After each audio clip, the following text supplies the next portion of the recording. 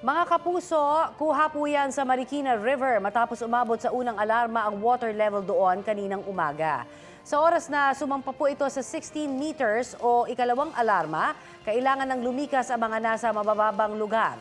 Sa magdamag, malakas na ulan at hangin ang naranasan sa Metro Manila. Nagdulot yan ng pagbaha sa ilang pangunahing kalsada. Ang latest sa lagay ng panahon, ihahatid namin maya-maya. Mga kapuso, nasa labas na po ng Philippine Area of Responsibility ang Super Typhoon Goring. Pero pumalit naman po dito kagabi ang severe tropical storm Hana. Sa ngayon, walang nakataas na wind signal dahil sa nasabing bagong bagyo. Sa halip, nahahatak nito ang habagat na siyang nagpapaulan sa ilang bahagi ng Luzon kasama na po ang Metro Manila. At may isa pang bagyo na nabuo sa Pacific Ocean. Tutok lang dito sa Balitang Hali para sa iba pang update sa lagay ng ating panahon. Sunog ang gumising sa isang residential area sa Tandangsora, Quezon City. Hindi lang mga ari-arian ang natupok, kundi may ilang buhay ring nadamay. May ulat on the spot si Maki Pulido. Maki? 15 ang kumpirmadong patay sa isang sunog dito sa Barangay Tandangsora, Quezon City. So bandang alas 5:30 nang magsimula ang sunog sa isang bahay sa Pleasant View Subdivision dito sa Barangay Tandangsora. Napansin ito ng isang kapitbahay na nakapag-Facebook Live pa kanina para lang humingi ng saklolo. Umabot lang ng first alarm ang sunog at nakarating ang BFP sa loob ng 14 na minuto. Ayon sa mga nakausap naming nakaligtas, mabilis kumalat ang apoy.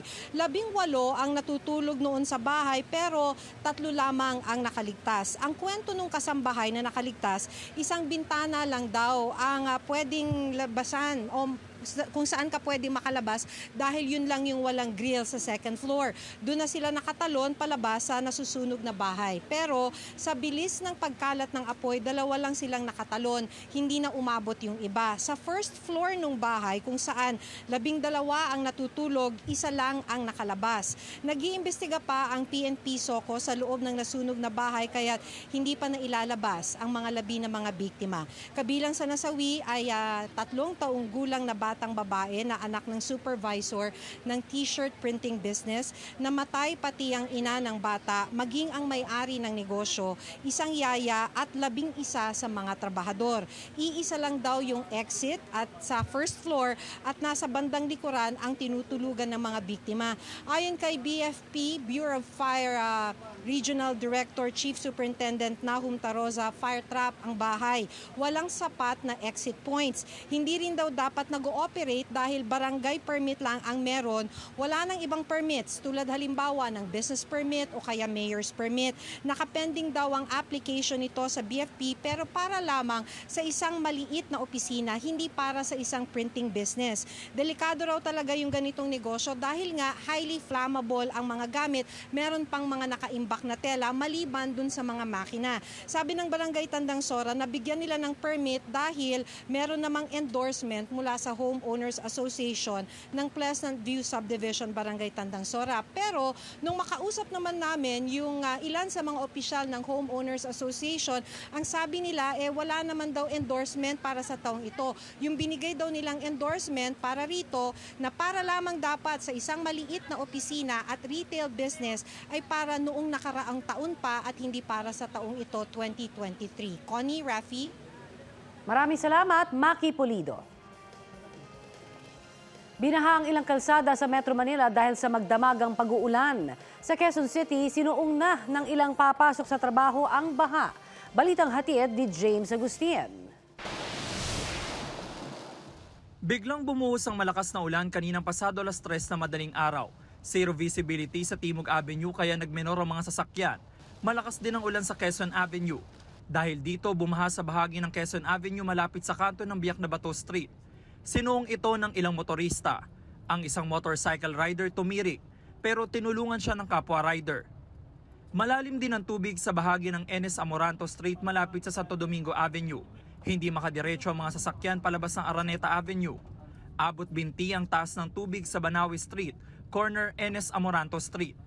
May isang sasakyan na sumubok na makadaan, pero ang ilan bumuelta na lang. May baha rin sa bahagi ng Santo Domingo Avenue na hindi na nadaanan ng mga light vehicle.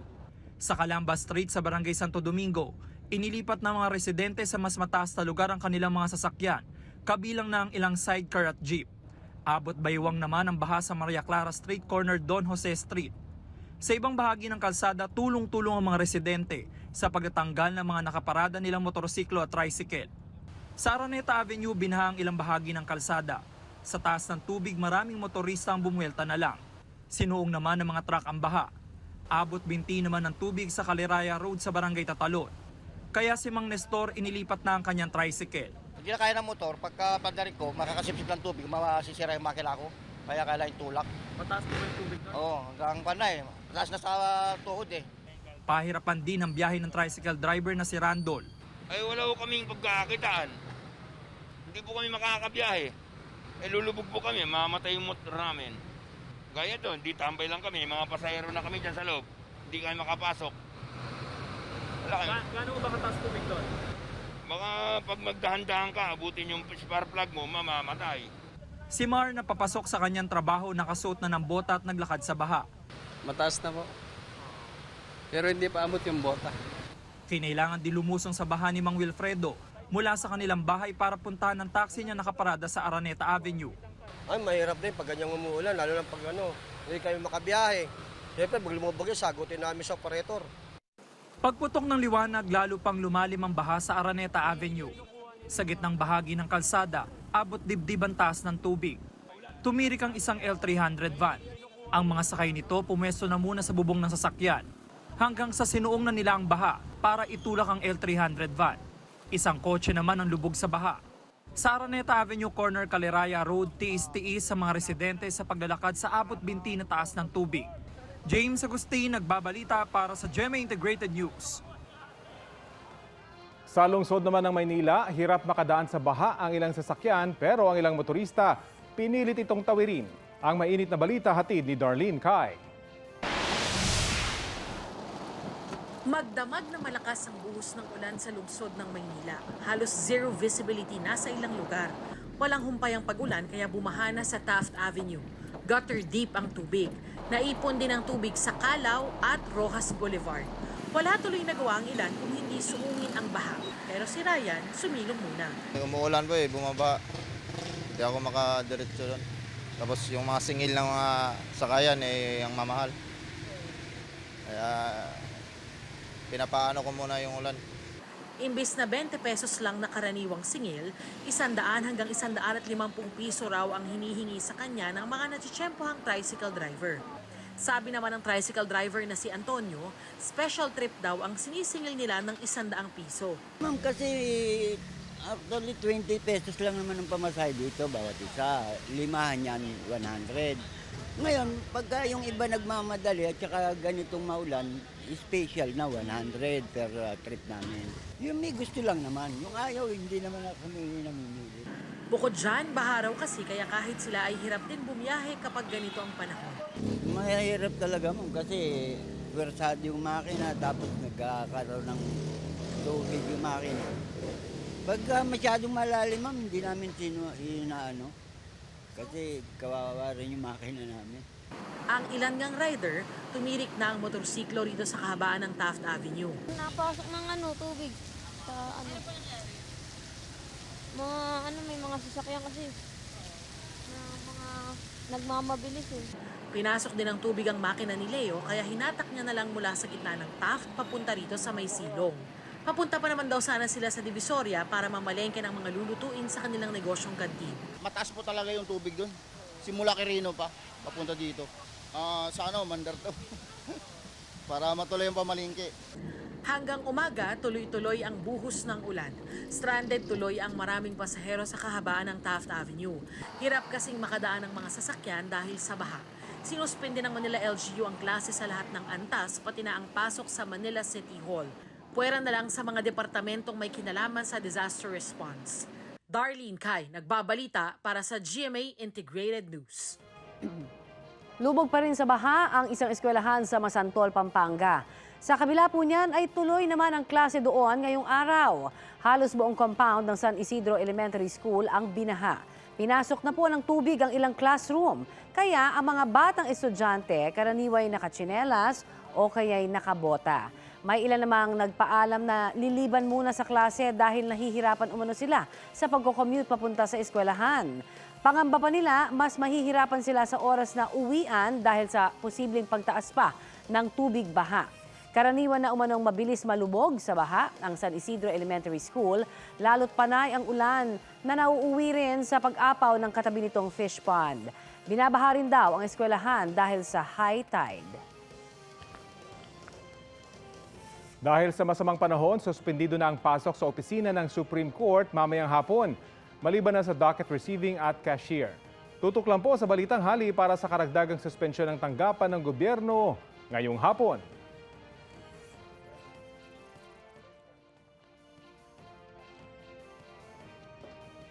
Suspendido na rin ang filing ng Certificates of Candidacy ngayong araw sa NCR, Abra at sa Ilocos Norte.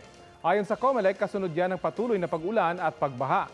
Dahil dyan, in-extend ng COMELEC ang pagpapasa ng COC sa NCR, Abra at Ilocos Norte hanggang sa Linggo, September 3 ng 5 p.m.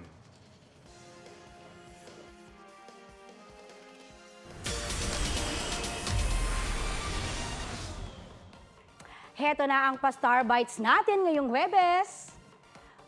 May twinning experience kami ni Kailin Alcantara sa ginanap na Vogue Philippines Gala Night. Pareho lang naman kaming nag-fangirl mode ni Kailin after meeting Bretman Rock. Sa IG, nag-share pa si Kailin ng encounter moment niya sa film influencer. Sinabi ni Brett sa video na kilala niya raw ang Sparkle Star mula sa comedy sketch show ni Kailin noong bata pa siya. Si Kailin naman na pa I love you na sa caption. Siyempre, may chinika rin sa akin si The Baddest tungkol sa usap-usapang komento niya sa film actress na si Vanessa Hudgens. Si Vanessa kasi ang kasalukuyang Global Tourism Ambassador ng Pilipinas. Pero napansin ng netizens sa ilang videos na hirap siyang i-pronounce ang Palawan. It's not really shade if it's the truth. You're I think I'm the better. I would never want to be the global ambassador because I don't need the title to be. I just simply am the pride of the Philippines. May natupad na pangarap ang dating child star at aktor na si Bugoy Carino. Nakasayaw na kasi niya ang Sparkle Star na si Mark Heras na talagang iniidolo niya. Ipinost pa ni Bugoy sa TikTok ang dance challenge nila ni Mark kasama ang iba pang celebrities na sina Zeus Collins at Kid Yambao. Bukod sa pagsayaw, makakasama rin ni Bugoy si Mark sa pag-arte. Kabilang kasi si Mark sa pagbibidahang pelikula ni Bugoy na Huling Sayaw. Hindi ko nga po akalain na makakasama ko si Kuya Mark. Kasi dati sobrang idol ko siya. Isa sa mga idol ko nakasama ko sa movie tsaka nakasama ko pa sumayaw. So sobrang grabe, wala akong masabi. Hindi lang bagyong Goring ang naramdaman ng mga taga San Ildefonso sa Ilocos Sur. Nanalasa rin kasi ang isang buhawi. May ulat on the spot si Ivy Hernando ng GMA Regional TV1 North Central Luzon. Ivy. Rafi, makulimlim at walang ulan sa mga oras na ito pero magmula kagabi hanggang kaninang umaga, tuloy-tuloy ang naranasang pagulan dulot ng bagyong Goring. Walang tigil ang ulang nararanasan na dahilan ng pagtaas ng level ng tubig sa mga ilog at creek. Sa bayan ng San Ildefonso, nasa critical level ng antas ng tubig. Ang pag-apaw nito, nagdulot ng pagbaha sa 3 barangay ng San Ildefonso, kung saan 20 pamilya na ang inilikas sa evacuation area. Ayon sa DSWD, nakapagbigay na ng relief packs sa mga apektado. Samantala sa bayan pa rin ng San Ildefonso, 3 bahay ang napinsala sa pagdaan ng isang buhawi pasado 2:00 kahapon. Natuklap ang mga bubong at maraming puno ang bumagsak. Rafi, unang namataan ang buhawi sa bayan ng San Vicente patungo rito sa San Ildefonso. Ayon sa MDRR spokesperson, wala namang naitalang nasugatan o nasawi sa pananalasa ng buhawi. Rafi? Maraming salamat, Ivy Hernando ng GMA Regional TV1 North Central Luzon. May buhawi ring nanalasa sa Haro, Iloilo. 2 po ang sugatan. Yan at iba pang balitang probinsya, hatid ni Darlene Kay. Nanalasa ang isang buhawi sa barangay Tagbak sa Haro, Iloilo City. Nasira ang bubong ng 2 establishmento kabilang ang isang car shop. 2 tauhan ito ang sugatan. Pag abot niya, nampak ito hindi ang kuha na muno, nga muna top. Gulpe lang ko kinulbaan man ko, siyempre natabunan, hindi kita ko ginatabunan sila kaduwa mo. Sa Cebu City, inaresto ang taxi driver na si Jose Enco matapos siyang ireklamo ng panghihipo ng pasahero niyang babae. Ayon sa investigasyon, pauwiin ang college student na biktima sa Orgelio Street nang mangyari ang umano'y panghihipo. Aminado naman ang suspect sa ginawa. Mga lagi ko pa sa ilo niya, sayop ko itong gibuhat niya. Ikapanyan ako, natintal man yung ko. Sa Mangaldan, Pangasinan, nabundol ng motorsiklo ang isang OFW na kauuwi lang nitong August 23. Patawid daw sa National Highway sa Barangay Bantayan si Glenn Salcedo nang maaksidente. Pagtawid namin, nasa na kami. Yung motor, doon sa harapan ko mismo. Nasa kaliwa. Siyang nabangga, mabilis. Yung motor nga, dito siguro ang doon sa jeep. Nasa kustodiya ng pulisya ang rider. Galing po ako ng trabaho, sir. Tapos pauwi na po ako. Nag-aapura kasi ako, sir. Uulan na. Sa pamilya po nila, humingi po ako ng patawad. Sir, madam, hindi ko naman po sinasadya. Patuloy ang investigasyon sa insidente. Darlene Kai, nagbabalita para sa GMA Integrated News.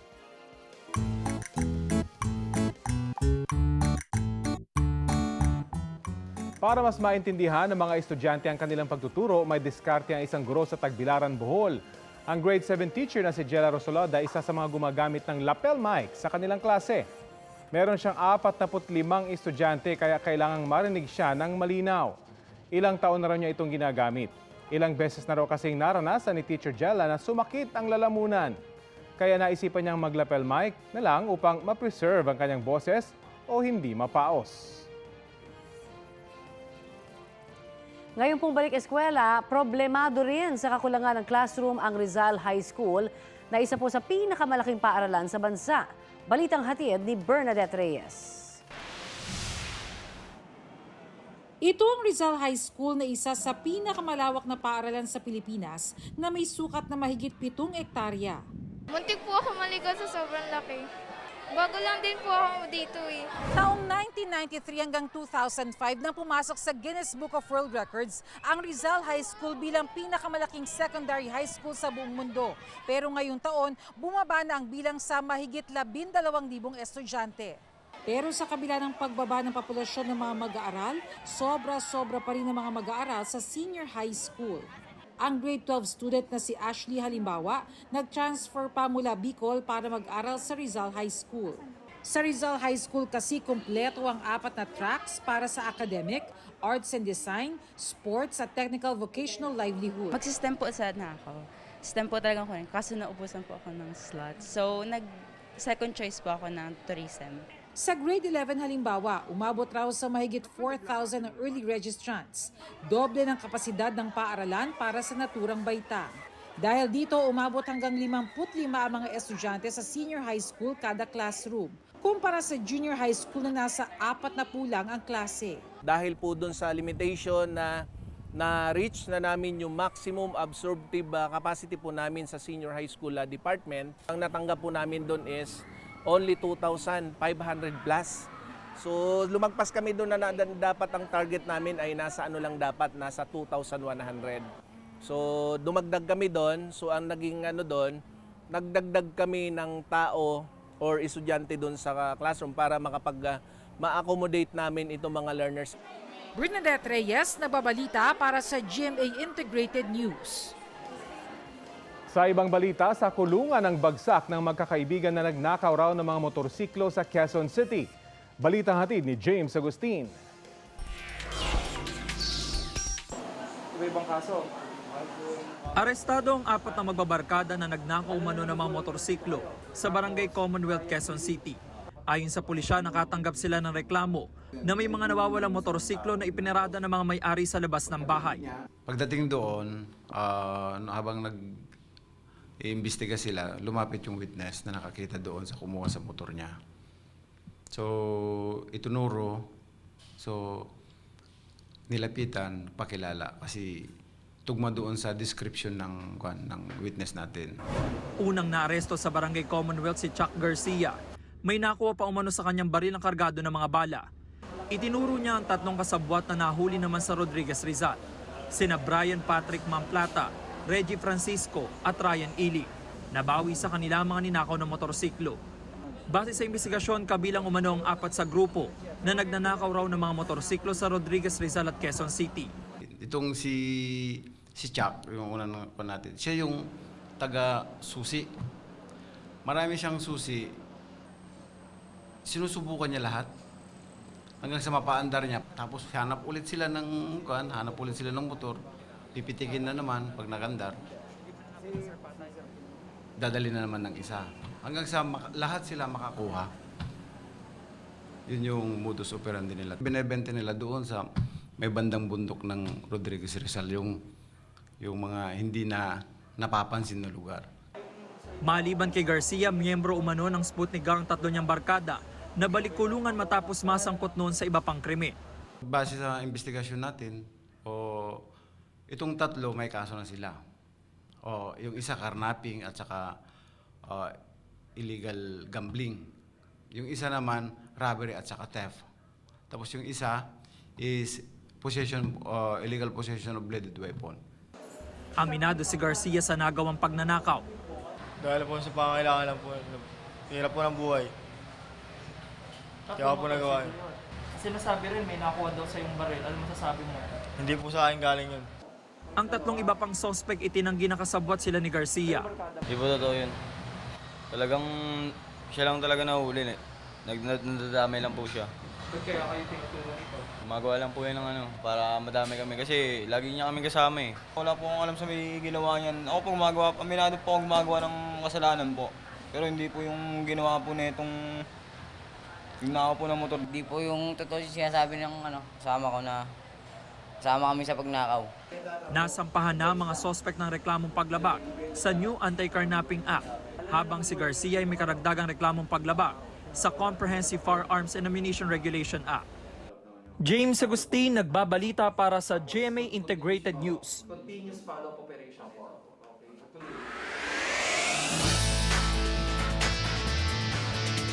May pag-asa pa para sa Gilas Pilipinas na makasama po sa 2024 Paris Olympics. Para po sa classification phase ng 2023 FIBA World Cup, lalaban muli ang koponan ngayong pong araw. Mamayang gabi, makakaharap ng Gilas ang South Sudan. Sa September 2 naman, kakalabanin nila ang China. Kailangang manalo ang Gilas sa parehong laro para sa tsansang makuha ang Best Asian finish sa torneo at makapasok sa Olympics. Tayo rito sa bansa, isinailalim na sa state of calamity ang Bacolod City dahil sa masamang panahon. At may ulat on the spot si Eileen Pedreso ng GMA Regional TV 1, Western Visayas. Eileen. Rafi, nananatiling suspendido ang klase sa lahat ng antas dito sa Bacolod City at magtatagal pa ito hanggang bukas. Kasunod ito sa ipinalabas na executive order ni Bacolod City Mayor Albi Benitez para may panahon pa na makapaglinis ng mga silid-aralan na ilang araw ng lubog sa baha dahil sa malakas na ulan. Samantala sa isinagawang session kahapon ng hapon, inaprubahan ng Sangguniang Panglungsod ang rekomendasyon ng Bacolod City Disaster Risk Reduction Management Office na isailalim sa state of calamity ang lungsod upang magamit ang pondo ng LGU sa pagtulong sa mga apektado ng pagbaha. Kasabay ng paghupa ng baha sa Bacolod City kahapon, nagsiuwian na rin ang ilang evacuees na pansamantalang nananatili sa evacuation center dahil sa pagtaas ng tubig o ng baha sa kanilang lugar. Sa datos ng RDRRMC 6, umabot sa 88 na bahay sa Western Visayas ang napinsala dahil sa malakas na ulan at hangin. Nasa 62 sa mga ito ang partially damaged, habang 26 naman ang totally damaged. Umabot sa 42,889 na pamilya o mahigit sa 150,000 na individual ang apektado sa rehiyon. Namahagi na rin ng tulong ang DSWD sa mga apektado. Rafi, inaasahan na magbabalik eskwela sa Lunes ang mahigit sa 141,000 na learners sa Bacolod City. At umaasa ang karamihan na sasabayan ito ng maaliwalas na panahon. Rafi? Maraming salamat, Eileen Pedreso ng GMA Regional TV 1, Western Visayas.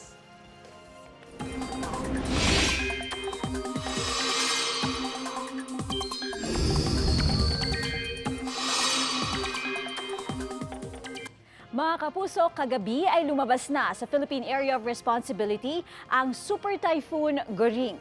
Tinatawag na ito ngayon sa international name na Saula. Huling namataan ang mata ng nasabing bagyo, 335 kilometers kanluran ng Itbay at Batanes. Sa ngayon, tinutumbok nito ang bansang China.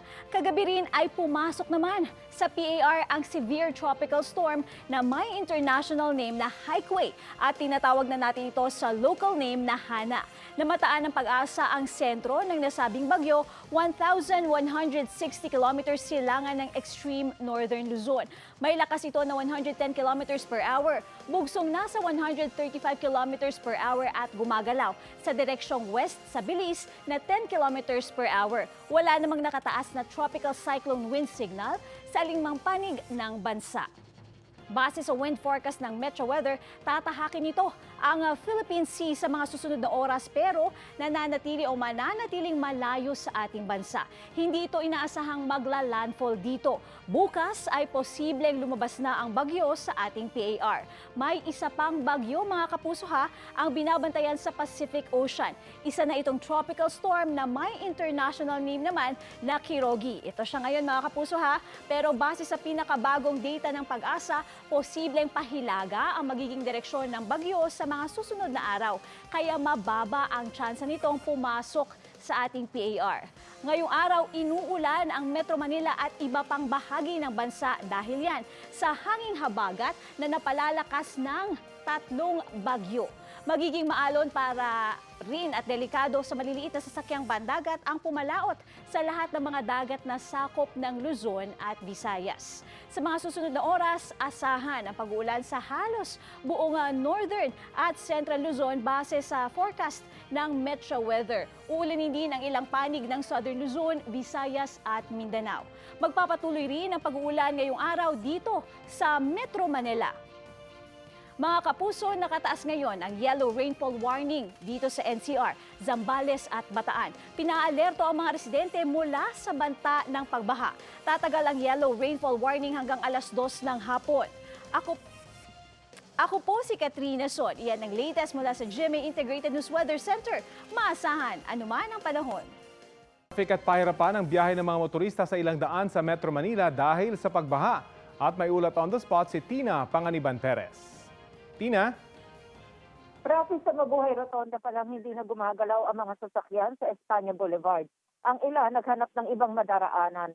Wala namang baha o nakabara sa kanto ng Espanya at Blumentritt, pero mula Blumentritt naglagay na ng zipper lane.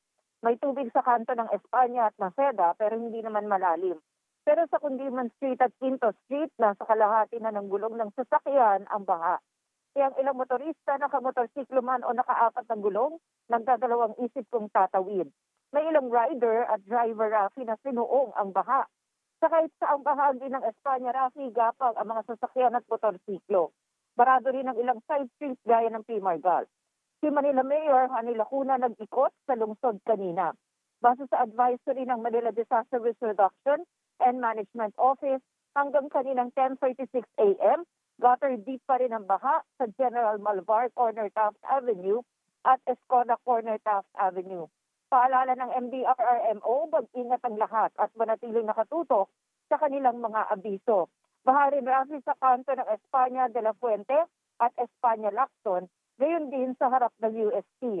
Sa ngayon ay makulimlim dito sa Maynila at panaka-naka ang ulan. Rafi? Maraming salamat, Tina Panganiban Perez. Mahigit 80,000 pamilya ang naapektuhan sa pananalasa ng Super Typhoon Goring na nakalabas na po sa Philippine Area of Responsibility. Batay po yan sa latest na ulat ng National Disaster Risk Reduction and Management Council o NDRRMC. Isa ang naiulat na nawawala sa Western Visayas. Wala namang nasawi o nasugatan. Mahigit 200 bahay ang nasira. Tinatayang nasa mahigit 41 million pesos ang halaga ng pinsala sa infrastructure dahil po sa bagyo. Umalma ang ilang kongresista sa mabilis na pag-aproba ng House Appropriations Committee sa mahigit 2 bilyong pisong panukalang budget ng Office of the Vice President sa 2024. Agad nagmosyon si Senior Deputy Majority Leader Sandro Marcos na isara na ang pagtalakay sa OVP budget. Tradisyon na raw kasi ang mabilis na pag-aproba sa OVP budget bilang parliamentary courtesy. 21 ang pabor sa mosyon habang 3 Makabayan Block members naman ang tutol. Tinawag ng Makabayan Block na censorship ang ginawa ng komite. Kabilang sa mga naisa ng questioning ng Makabayan Block ang hinihiling na 500 million pesos na confidential fund ng OVP. Gayun din ang 125 million pesos na confidential fund na ginastos umano ng OVP sa loob lang ng 19 na araw kahit wala naman sa 2022 General Appropriations Act.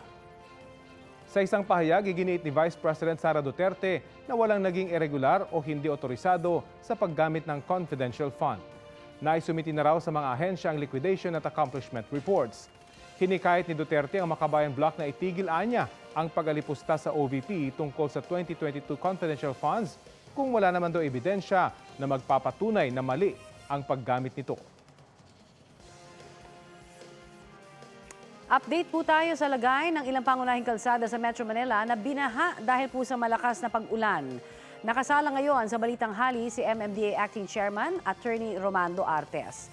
Maulang umaga, Chairman, at welcome po sa Balitang Hali. Magandang tanghali po, Miss Connie, at sa inyong taga-subaybay.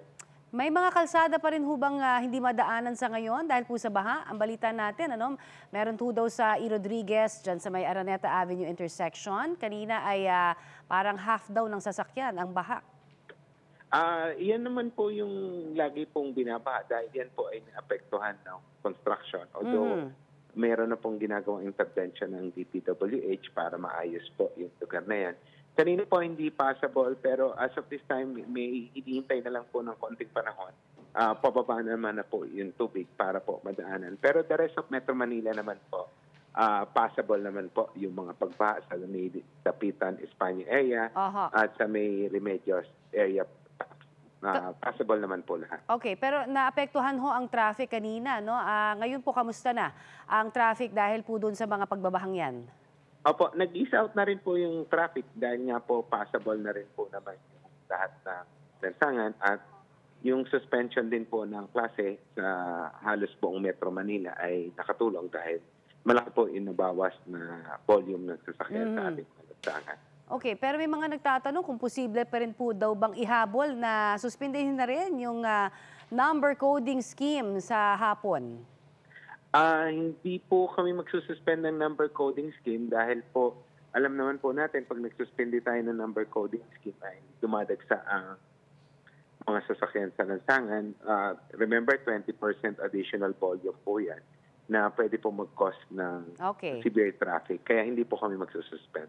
Yung mga problema ho natin sa drainage system pa rin ba yung sinasabing dahilan kung bakit mabilis yung bumabaha? Ang mga maraming kalsada pa rin na ating pong nakikita ngayon na binabaha pa rin. Opo, isa po talaga sa major problem, yung medyo antiquated na design at yung pagkakagawa. Marami po dyan na drainage ay 50 years na, na hindi po na-factor in yung climate change, yung pagtaas po ng tubig sa dagat, yung lakas ng ulan.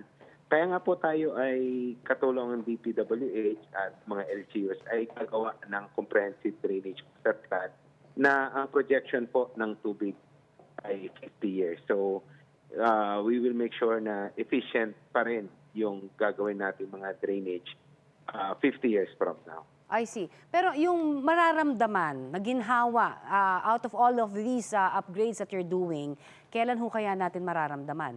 Well, ang target po ng DPWH ay by 2030. Meron na po tayong World Bank funded na mga projects.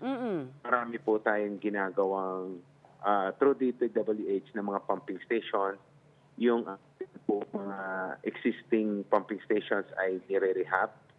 In fact, meron nga po kaming isang pumping station na 5 ang pumps. Noong nirehab po, 3 lang po yung nagagamit natin dahil malalakas po yung bomba na ikinabit ng DPWH. So, ito po ay continuous naman po na ginagawa.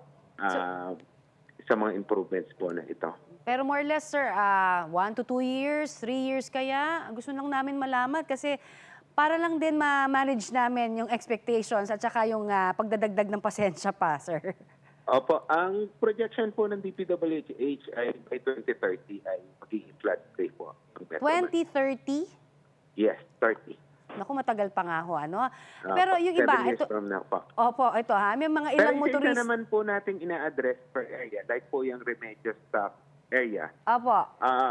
Sa ngayon po, may ginagawa pong pumping station dyan. Kasi may 3 outfalls po dyan na pinadadaan natin sa SPP as part ng mandamos na linisin ang Manila Bay. So, medyo bumabagal po yung daloy ng tubig. So, may kinakabit na po na ongoing na pump ang DPWH para i-pump out po yung tubig sa area na yan, palabas ng Manila Bay. Sa Dapitan, Espanya area naman po, may naitayo na po na bagong malaking pumping station dyan para harangin na yung tubig galing kay na bumababa po dyan sa Dapitan, Espanya area. For turnover na po yan sa atin, meron lamang po kami punch list na ibinigay na mga dapat pong i-correct bago po namin i-accept at i-operate yung hopefully, no, pumping station. yan pong mga yan ay makatulong na kahit paano dun sa sinasabi natin 2030 pa na ginhawang mararamdaman. Yung per area naman po ay atin pong ina-address kasama. Okay po, sige po. Ito na lang, yung mga ilang motorista daw, sinusuong yung mga sasakyan kahit na baha. Sinasabi nung ilan, kaya naman, pero ano ho ang inyong maipapayo kaya? Dapat bang gawin ito? Opo, kami naman po ay sa aming mga advisories ay naglalabas ng payo kung passable pa o hindi at kung gaano kalalim. Opo. So, depende po kung sasakyan, kung mababa or SUV ba. Ma-estimate na po nila yan based doon po sa lalim ng tubig na inilalabas po namin sa ating advisory. So, tingnan din po sana nila yung mga information sa ating social media pages para po makita nila kung kakayanin ng sasakyan nila na tumawid doon sa tubig baha. Okay, sir. Thank you so much para po sa inyong oras na ibinigay sa Balitang Hali. Salamat po at magandang tanghali. Magandang tanghali. Yan po naman si MMD Acting Chairman, Attorney Romando Artes. Sinuspindi ng Department of Justice ang pagpapatupad ng binagong guidelines para sa mga bibiyaheng paalis ng bansa. Kabilang sa mga ginawang pagbabago ang pagdadagdag sa mga isusumiting dokumento depende sa magiging biyahe. Sa kanilang pahayag, sinabi ng DOJ na layo ng guidelines na mas streamline o gawing mas maayos ang pag-alis ng mga pasahero. Hindi raw yun para mas pahirapan sila. Pero kung kailangan daw munang masagot ang ilang issue na ipinunto ng mga senador, kinikilala raw nila ang karapatan ng mga Pilipino para malayang makabiyahe. Paalala naman ng DOJ, lahat ng existing guidelines ay mananatili hanggang sa mabago ulit ito.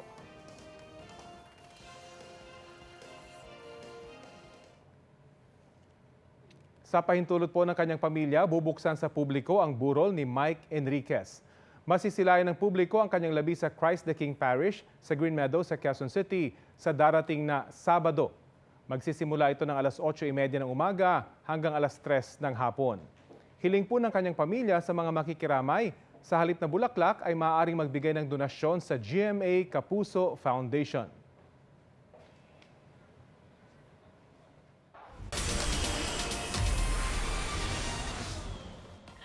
Pa-update naman tayo. Umaapaw na style ang dala ng pictures ni BTSV at Park Bo-gum sa pagbisita nila sa isang fashion house sa Tokyo, Japan. Ang Bangtan boy na si V, dreamy at dashing ang forma sa suot na denim jacket. Ang South Korean actor naman na si Bo-gum, astige ng vibes sa kanyang all-black outfit. Dumoble pa ang kilig ng mag-pose ang dalawa in one frame. Pinusuan ng milyon-milyong fans ang IG updates ng Korean superstars. Ito pag-usapan naman natin. Dito ho sa atin, di ba, ginigisa ang kamatis. Pero alam niyo sa Spain, pwede mo daw itong ipanggulat. Panggulat talaga. Sa bayan kasi ng Buñol, ginagawang pambato ang kamatis. Talaga magugulat ka, di ba? Libo-libo ang lumahok sa Tomatina Festival. At syempre, ayan, game na game po silang nagbatuhan ng kamatis kahit Matamaan sa mukha, malambot naman yan. Ang ilan sa kanila tila naligo na sa mga durog na kamatis. Ang iba naman, napahiga na. 1945 na magsimula ang festival na nagugat daw sa away kalye ng mga residente. Oo, yan ay pasasalamat din nila yan doon sa kanilang biyaya. At sagana kasi sila sa kamatis sa area na yun. Pakibato na lang ho dito sa amin yan. Ayan, ito ho ang Balitang Hali. Kung season po, bahagi kami ng mas malaking misyon. Para sa mas malawak na paglilingkod sa bayan, ako si Rafi Tima mula sa GMA Integrated News. Ang News Authority ng Filipino.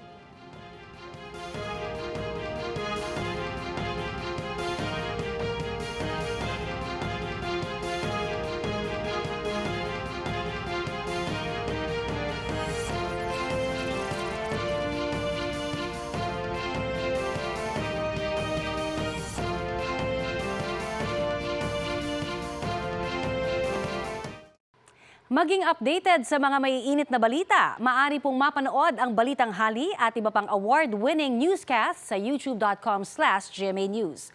I-click lamang ang subscribe button. Sa mga kapuso abroad, maaari po kaming masubaybayan sa GMA Pinoy TV at www.gmanews.tv.